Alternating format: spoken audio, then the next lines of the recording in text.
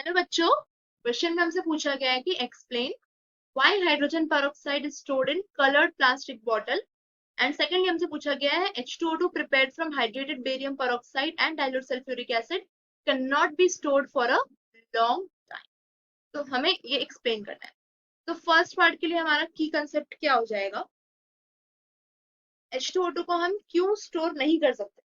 So this is the reason that H2O2 is highly reactive.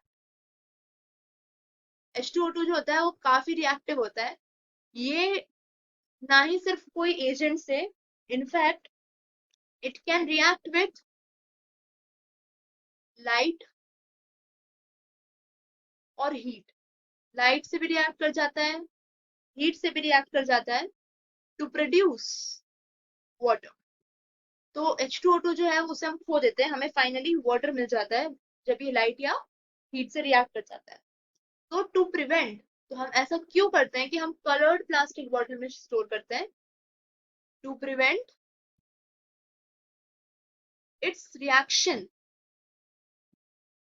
With light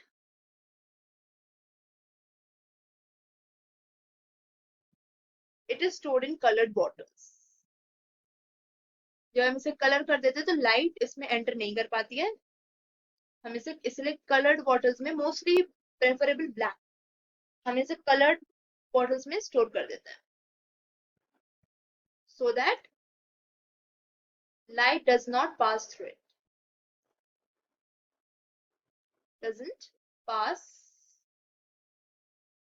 through it। तो ये reason है हमारा, which is the final answer for part A। Next हम solve करेंगे part B.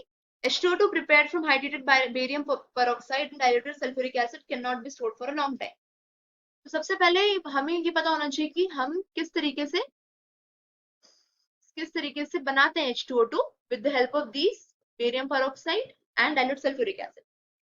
So by the action of dilute sulfuric acid on barium peroxide, हम लेते हैं barium peroxide which is hydrated, definitely हम hydrated barium peroxide लेते हैं।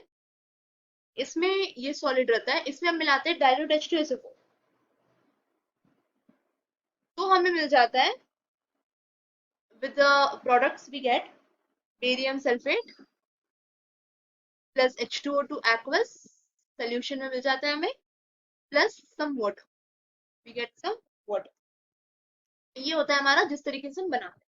ना हम क्यों इसे, क्वेश्चन में हमसे पूछा गया कि हम इसे क्यों ज्यादा टाइम तक स्टोर नहीं कर सकते।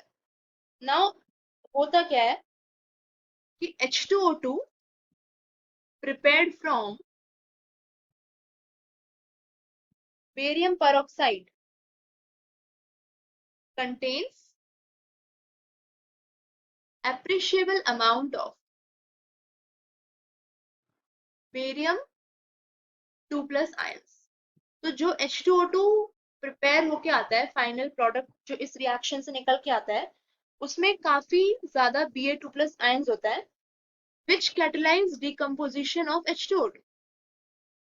जिसकी वजह से क्या होता है, हमारा H2O2, हमने पहले ही देखा H2O2 इज काफी रिएक्टिव, तो H2O2 की डिकम्पोजिशन को ये कैटलाइज कर देता है। तो हमारा H2O2 जो फाइनल प्रोडक्ट में फॉर्म होता है, हम इसे स्टोर ज्यादा देर नहीं कर पाते हैं, therefore they cannot be stored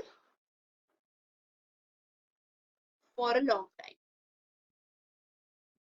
This is the reason, because of Ba2+ ions। This is the final answer of this part B, that because of Ba2+ ions we cannot store it for a long time। We have solved both parts of the question। I hope you understood the concept। All the best।